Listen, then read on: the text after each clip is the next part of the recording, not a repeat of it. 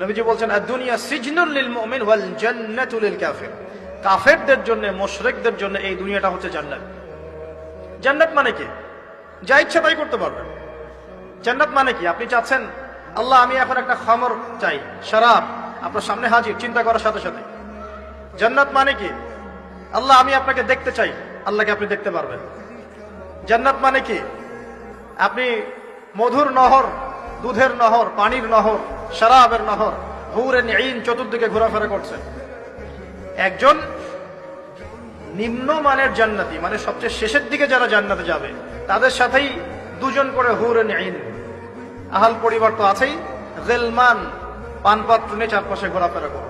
জান্নাত মানে কি? যেখানে যা ইচ্ছা তাই করা যাবে, বলার কেউ নাই, বাধা দেওয়ার কেউ নাই, সেখানে কোনো মৃত্যু নাই, সেখানে কোনো অহেতুক কথাবার্তাও নাই, কোনো গাল গল্প নাই, কোনো মিথ্যা নাই, কষ্টের ক্লেশ মাত্র নাই, থুতু ফেলতে হবে না। জান্নাত মানে থুতু ফেলতে হবে না। জান্নাত মানে হাঁচি হবে না, নাক ঝাড়তে হবে না। জান্নাত মানে ইস্তেঞ্জা, পেশাব পায়খানা করার টেনশন নাই। মানুষ খাবার খাবে, একটা ঢেকুর তুলবে, বাস খাবার হজম হয়ে গেছে। আর জান্নাতের সবচেয়ে বড় বিষয়টা কি? আল্লাহ পাককে আমরা এই চোখ দিয়ে দেখতে পারবো ইনশাআল্লাহ। আর তার সমকক্ষ একটা বিষয় হচ্ছে আল্লাহ পাক বলে দিবেন যে আমি তোমাদের সবার উপর সন্তুষ্ট হয়ে গেলাম, যাও কোনোদিন অসন্তুষ্ট হবে।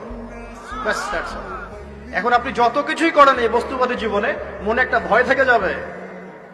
আপনি বিশ্ব নেতা হয়েছেন, বড় শিল্পপতি হয়েছেন, পলিটিশিয়ান হয়েছেন, ইকোনমিস্ট হয়েছেন, মনে একটা ভয় থেকে যাবে যে মরতে আমাকে হবে, আল্লাহ আমাকে ধরবেই, হিসেব আমাকে দেওয়া লাগবেই, কবরে আমাকে একাই যাওয়া লাগবেই, আমাকে কিয়ামতের মাঠে দাঁড়াতে হবে আল্লাহর সামনে। মনে একটা ভয় কাজ করে, যদিও বাইরে মানুষ দেখায় যে কোনো ভয় নাই। মানুষ বাইরে অভিনয় করে, মানুষ সমাজের মানুষের সাথে বাইরে একটা অভিনয় করে। কোন কোন ক্ষেত্রে আমরা নিজেরাই নিজেদের সাথে অভিনয় করি।